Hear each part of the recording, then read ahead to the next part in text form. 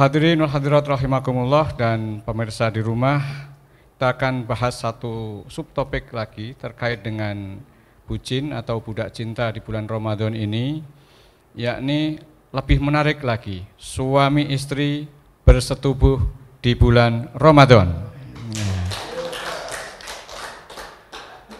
Nah, hadirin wal hadirat rahimakumullah, topik menarik di bulan Ramadan untuk diperbincangkan ini adalah bersetubuh atau persetubuhan. Karena satu sisi persetubuhan itu merupakan kebutuhan ya pasangan baik suami maupun istri. Kalau dilakukan di luar Ramadan saya kira biasa, pagi, siang, malam itu tidak ada masalah. Tetapi ketika di bulan Ramadan itu ada dua kubu yang muncul, budak-budak cintanya itu. Yang pertama adalah suami istri meskipun tidak berhubungan tetapi ingin melakukannya, sehingga di siang hari bisa menahan, kemudian di malam hari dia rofas sebagaimana biasa. Bahkan punya pandangan bahwa hubungan suami istri di bulan Ramadan itu pahalanya berlipat ganda. Nah, kemudian yang kedua, ada juga hubungan suami istri yang dilakukan di bulan Ramadan ya, pada saat menjalankan ibadah Ramadan. Ini yang akan kita bahas, kita kaji secara tuntas. Karena mungkin tidak kuat menahan syahwatnya, sehingga pada saat berpuasa yang mestinya itu dia bisa menahan syahwatnya, tetapi tergoda oleh pasangannya. Nah, ini menarik, biasanya muncul pada pasangan-pasangan muda. Nah, satu sisi yang ketiga adalah malah unik. Di bulan puasa Ramadan, suami istri tidak tidak mau melakukan hubungan suami istri baik siang maupun malam. Katanya biar fokus untuk ibadah berpuasa, malam digunakan untuk sholat, untuk tadarus, untuk zikir dan seterusnya. Nah, ini menarik untuk kita perbincangkan. Mohon juga ditanggapi oleh dua orang penanggap. Yang pertama saya beri kesempatan kepada penanggap pertama, itu Pak Kiai Usman. Oh ya, sudah rawuh, monggo Yai. Assalamualaikum warahmatullahi wabarakatuh. Waalaikumsalam warahmatullahi wabarakatuh. Perkenalkan, nama saya Usman Tahrir dari LDNO. Menanggapi apa yang telah disampaikan oleh host atau dari moderator terkait bersetubuh di bulan Ramadan. Kami buka dengan satu wakila idza qoma dzakaru rajul dhahaba thulutsa aqlihi.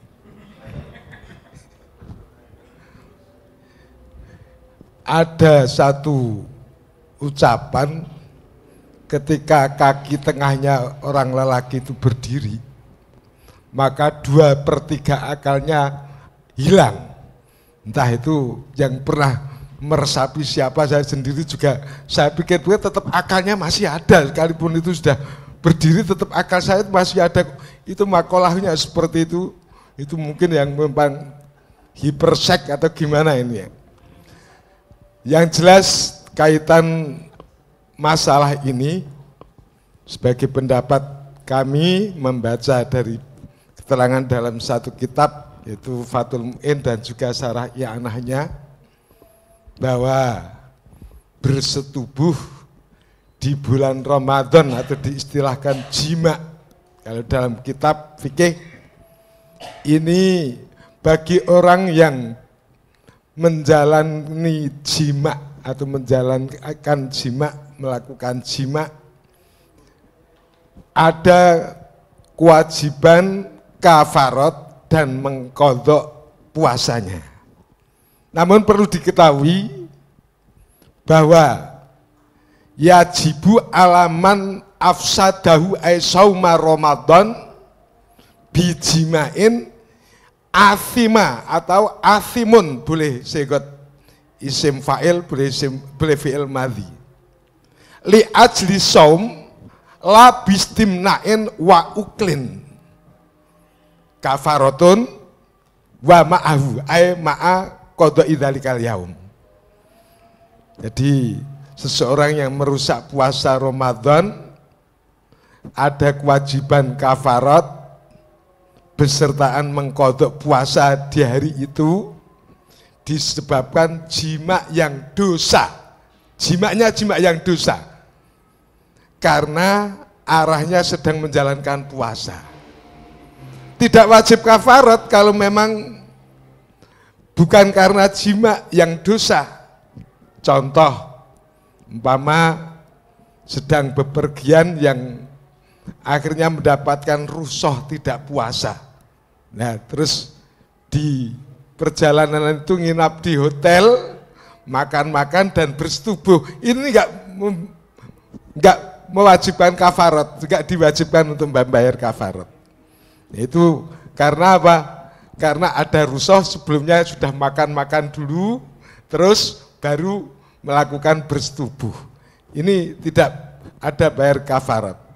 Jadi dari kafarat yang ditetapkan yaitu ada ketentuan yang pertama memerdekakan hamba, kemudian kalau tidak mampu supaya berpuasa 2 bulan berturut-turut, kalau tidak mampu lagi supaya mengeluarkan sedekah 60 mud untuk 60 orang miskin atau fukara.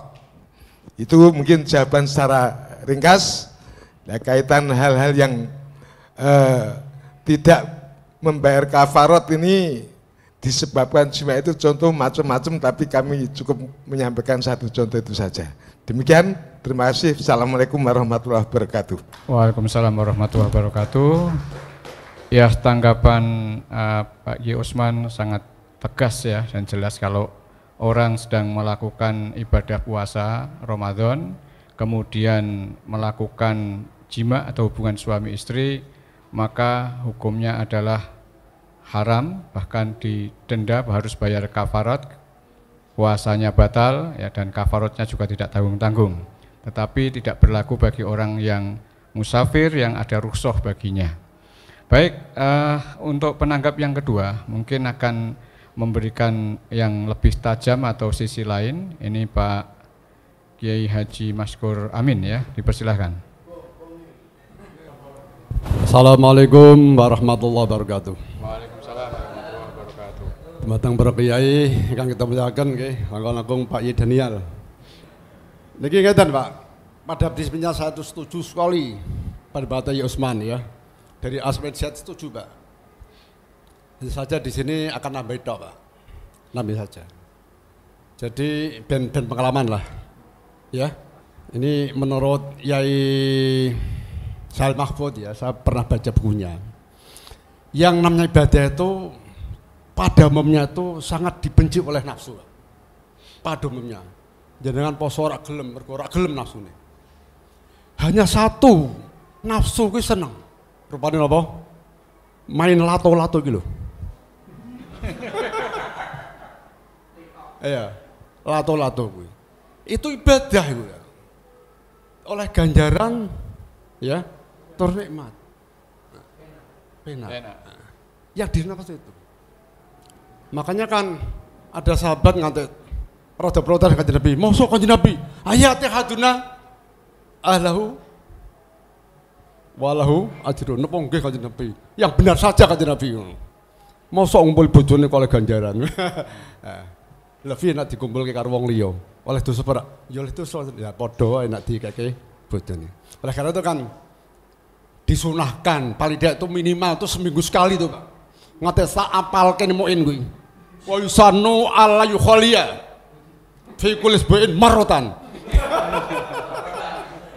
Lah Usman mungkin malah kulayomen apa kula.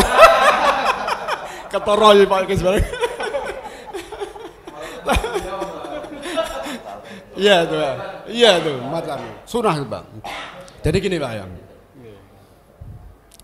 menurut saya ini jadi masalah yang dibuat apa itu namanya budak cinta Pak ya, budak cinta. Ini kok saya punya versi sendiri Pak, Pak.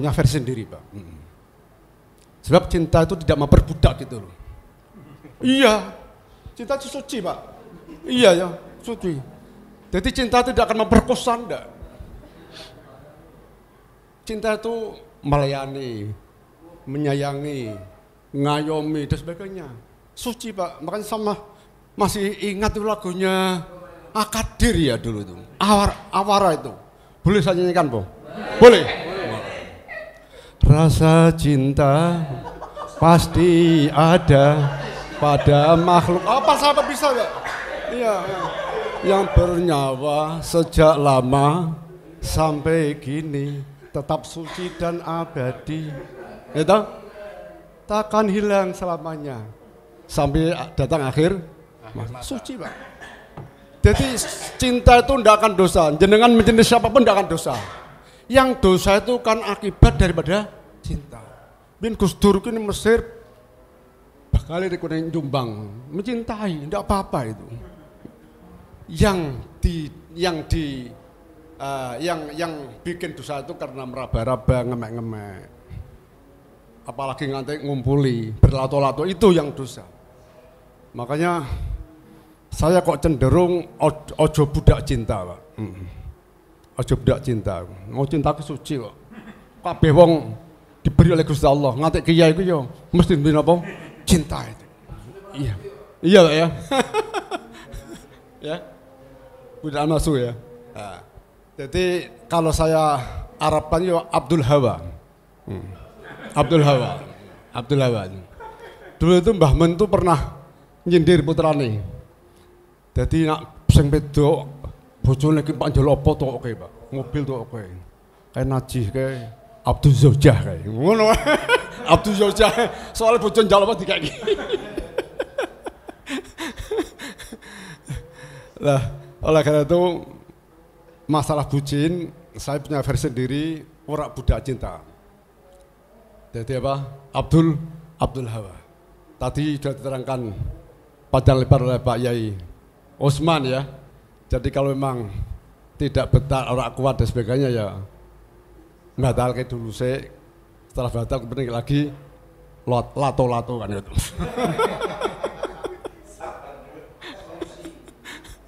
Ya. Terima kasih ya. Ini sudah jam 12 kok.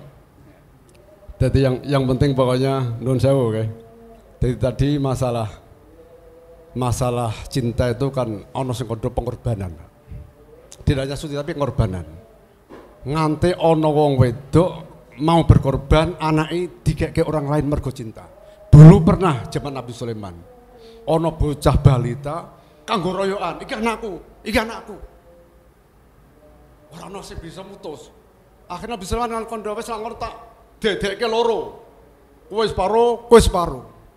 Lah sing siji sing ora merasa duwe anake. Nggih niku adil Pak Sulaiman. Adil niku. Tapi sing manen dhewe ki ndak tega aja Nabi Sulaiman ku anakku kok. Mpun lah kula kek mawon niku.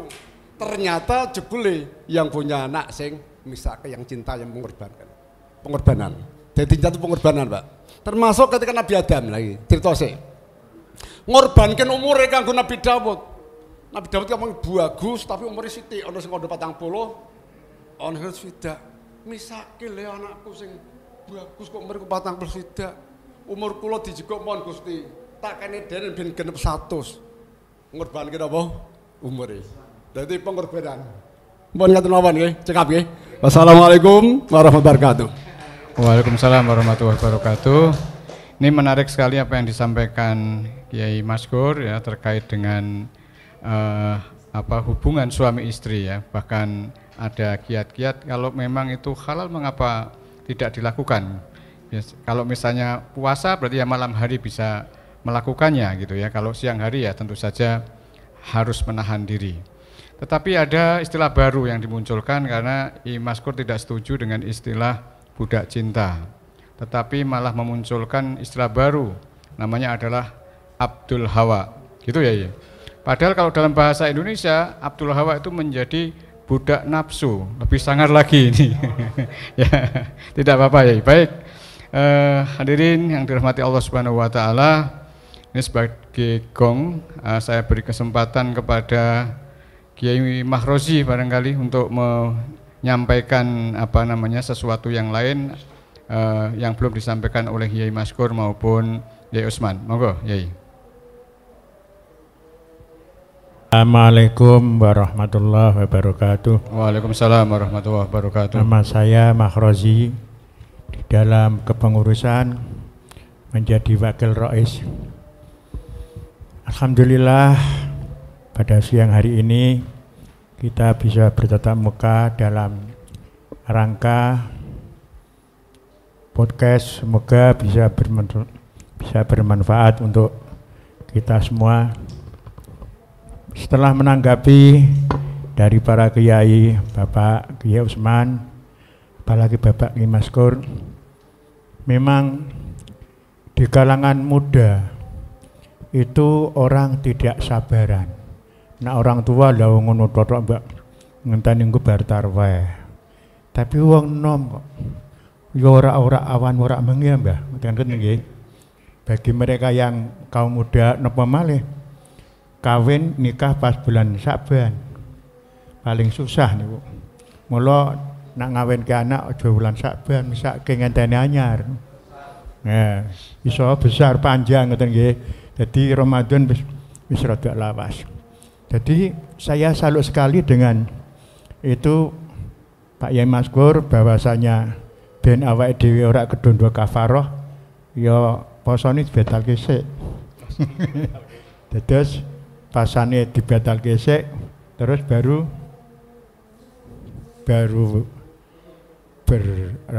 bersetubuh begitu. Itu saja. Itu kalau dimungkinkan, tetap kalau menurut saya itu kan khilah menghindar supaya kita itu tidak kena denda kafaroh. Tapi menurut di benak hati saya kok ono rasa merasa berdosa. Tapi bagaimanapun juga itu merupakan khilah. Jadi sekuat-kuatnya kita itu ya menghindar. Ya wis dibetahke engko dadi buka ngono ikena wis. Ngoten nggih. Semanten, wassalamualaikum warahmatullahi wabarakatuh. Waalaikumsalam warahmatullahi wabarakatuh. Terima kasih Yai Mahrozi yang sudah memberikan pencerahan ya. Ini yang harus dikutip yang terakhir nih supaya ya, tapi seharusnya tidak dilakukan. Kalau memang ingin menghindar dari kafarat, misalnya ketika seorang sepasang suami istri itu mau berhubungan intim di bulan puasa, maka dibatalkan dulu puasanya, begitu ya. Batalkan dulu puasanya, kemudian baru melakukannya. Meskipun itu berdosa tetapi tidak terkena kafarat. Nah, untuk hal demikian ini mohon kepada Abah Yai Danial untuk bisa mengupas tuntas sekaligus menanggapi dari Yai Usman, kemudian dari Yai Maskur dan juga dari Yai Mahrozi. Dipersilakan, Mbah, monggo. Terima kasih. Saya setuju dengan Pak Maskur itu. Yang tadi menendangkan lagu bagus, lagunya itu cuma tidak merdu suaranya. Rasa cinta pasti ada. Semua makhluk Allah Ta'ala, bukan hanya manusia, semua makhluk Allah Ta'ala bersepakat bahwa cinta itu suci. Gitu ya. Jadi berbeda pemahaman cinta itu suci, rasa cinta itu pasti ada dengan pemahaman budak cinta. Jadi budak cinta itu saya tadi terangkan itu gharam, dampak dari cinta. Jadi cinta itu suci, cinta itu pasti benar dan tidak akan salah. Yang membuat salah dan yang membuat dosa itu penyimpangan cinta. Jadi sesuatu itu baik, kalau diselewengkan menjadi tidak baik. Sesuatu itu bagus, disimpangkan menjadi tidak bagus gitu loh. Tidak hanya cinta, di dalam agama ini semuanya hal-hal yang terkait agama itu ada penyimpangan. Baik yang bersifat syariah, yang bersifat akidah, yang bersifat hakikah itu ada penyimpangan. Dan setiap penyimpangan itulah yang salah. Dan penyimpangan itu nanti kemudian yang disebut dengan dhalalah. Itu penyimpangan. Jadi cintanya tidak salah, yang salah adalah penyimpangan gitu. Jima itu benar baik, tapi kalau dengan cara-cara yang menyimpang, ya, seperti anal itu kan menyimpang, itu haram. Itu kan banyak hal-hal lain yang dibahas, termasuk oral barang itu kan juga dibahas gitu. Saya membaca fatwa-fatwa Bin Bas dari ulama Wahabi, oral tuh boleh gitu loh. Wah, saya terus berkesimpulan lah, yang Wahabi aja boleh, apalagi yang tidak Wahabi kan gitu aja. Iya, nanti terjemahkan sendiri, saya tidak mau menjelaskan lebih detail, nggak enak itu kan. Itu kan rahasia masing-masing ya, privasi lah, privasi. Kalau saya sudah kelewat lah. Nah, itu masalah apa namanya, bersenggama, bersetubuh. Dan dalam istilah bahasa Arab ada jimaun, jima. Ada juga wikaun, wika. Ada juga watun, wati. Ada ya wati gitu. Kenapa disebut wati? Karena suaminya di atas, lelaki di atas, perempuan di bawah, namanya wati gitu. Nah sekarang model baru enggak, ada namanya itu, Mbak Nima ngerti enggak, woman on top itu apa itu?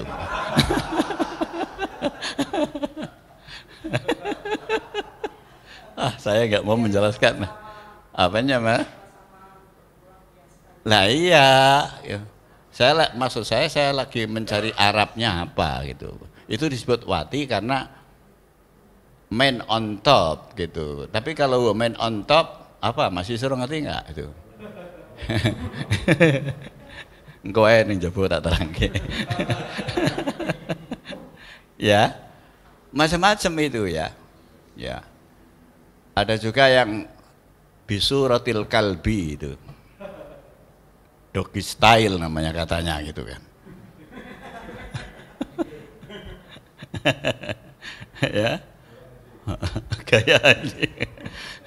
Nah, apa namanya, jima itu ada juga yang karena bil hawa.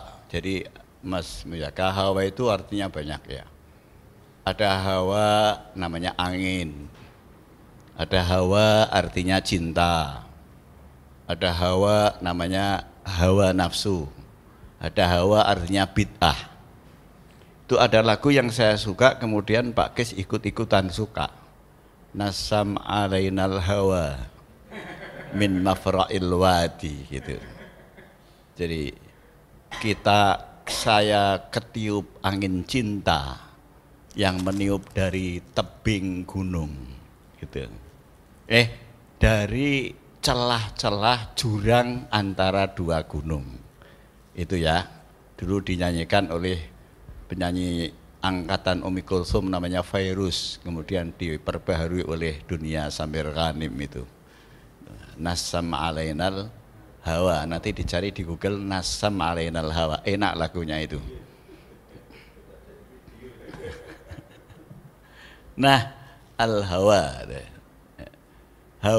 hawa keinginan, nafsu.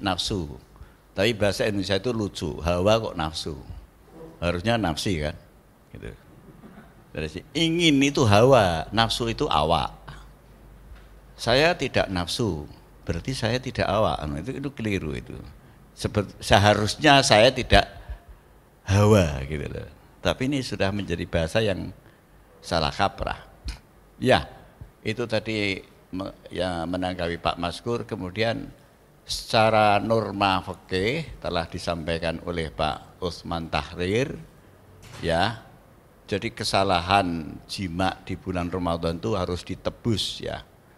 Tebusan itu ada yang kecil, ada yang besar. Kalau tebusan kecil namanya fidyah, kalau tebusan besar namanya kafarat. Kafarat itu artinya sesuatu yang meleburkan, yang menghapuskan gitu. Jadi karena berat sehingga kalau orang marah itu mengatakan kepada yang dimarahi keparat kamu itu. Nah, itu dari bahasa apa? Kafarat itu, keparat kamu itu. Nah, ini karena sangat tinggi nilainya gitu loh. Ada juga tadi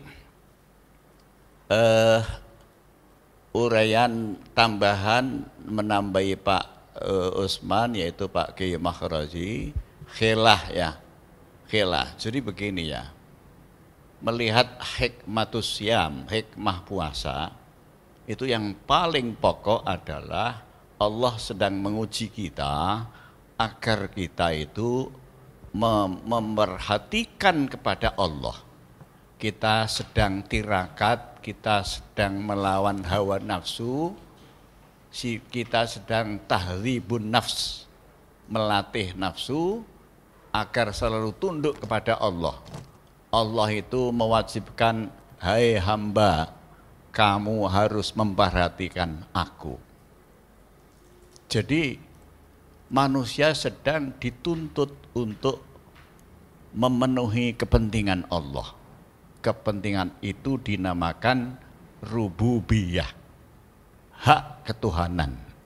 Allah punya hak ketuhanan yang harus dilakukan oleh hambanya. Ketika orang berpuasa, dia harus melakukan kewajiban yang menjunjung tinggi rububiyah.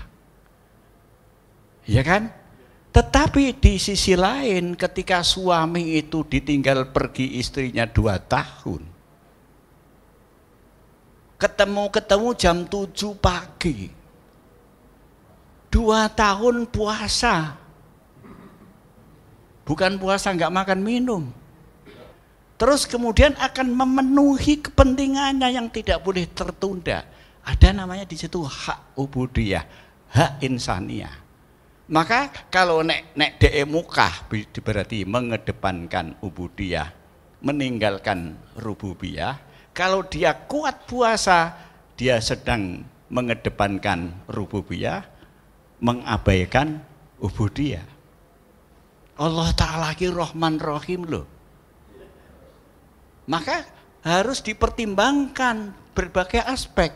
Tidak boleh, jangan mukah gara-gara pengen jima, belum bisa mutlak seperti itu. Kalau ini lelakinya hypersek, istrinya hypersek, kalau tidak jimaan kira-kira bakal pegatan. Atau mutung sing lanang malih zina. Tetapi gitu lah ya. Kira-kira kalau orang-orang tersebut sudah tidak sudah tidak gharam ya. Menunda bisa lah, engko bar maghrib arep dendam ora apa-apa, boleh. Karena jima itu hal yang baik bagi yang masih bisa. Kalau yang sudah letoy sudah nggak penting itu. Sahabat diriwayatkan dalam beberapa riwayat, Abdullah bin Umar radhiyallahu anhuma, ora radhiyallahu anhuma. Itu kalau maghrib dur tidak makan, tidak minum, jima itu. Dur, jadi saurunge maghrib ki wis ucul-ucul sih. Boleh begitu, boleh gitu loh. Ya kan? Itu boleh gitu loh.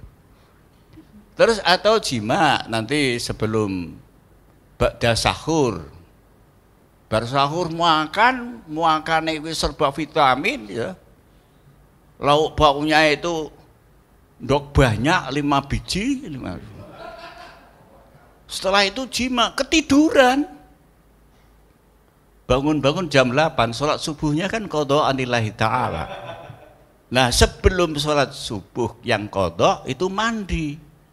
Mandinya kesiangan nggak apa-apa. Ya, Mandi kesiangan boleh, jima kesiangan yang nggak boleh, gitu loh. Bersengapa kok kesiangan setelah apa namanya? Setelah fajar lewat. Kalau setelah fajar lewat, tetapi kok dia itu nggak ngerti ya, jimaan, wah hurung fajar kok. Bareng rampung delok jam jebul jam 5, ya batal puasane lah. Gitu dah. Coba sampean jima sama istri, karena listriknya mati. Di dalam, ya kan, jima. Mau wis sahur mau, bareng subuh wis istinja barang, posone sunah, ditinggali jam 5 jebak dah subuh, puasanya batal enggak? Mengulang niat aja nawa itu, sauma yaumil isnin lillahi ta'ala, enggak apa-apa itu, karena puasa sunnah. Kalau puasa fardu ya batal itu. Karena Nabi pernah pulang dari masjid, masuk ke rumah istrinya, tanya, ini sudah subuh nih, pada jamaah subuh, pagi ini sarapannya apa? Enggak ada apa-apa Nabi. Ya sudah, kalau begitu saya puasa. Enak itu. Dan nek sampean kadung jima, terus ternyata jam 5, ya sama dong, boleh gitu loh. Sekali-kali dicobalah gitu loh. Itu kira-kira itu mengenai senggama. Kalau mengenai hubungan seksual yang non senggama tadi sudah dibahas kan, masalah berciuman tadi kan. Itu. Terima kasih ya. Wassalamualaikum warahmatullahi wabarakatuh. Waalaikumsalam warahmatullahi wabarakatuh. Luar biasa kajian Abah Daniel terkait dengan persetubuhan atau jima, hubungan seksual antara suami dan istri, tatas, titis, dan tuntas. Saya ucapkan terima kasih untuk Abah Yai Daniel Rian dengan memberikan aplaus kepada beliau. Saya juga mengucapkan terima kasih juga kepada para kiai, para ustadz, hadirin hadirat yang telah berpartisipasi dalam acara kajian fikih keseharian dengan topik budak cinta di bulan Ramadan. Tidak ketinggalan, saya selaku host juga mengucapkan terima kasih kepada sponsor, dalam hal ini adalah Bank Nusamba dan TV Nusamba, juga kepada penyelenggara LDNU dan NU Kendal Online. Dari saya kurang lebihnya mohon maaf. Wallahul muwaffiq ila aqwamit thoriq. Assalamualaikum warahmatullahi wabarakatuh.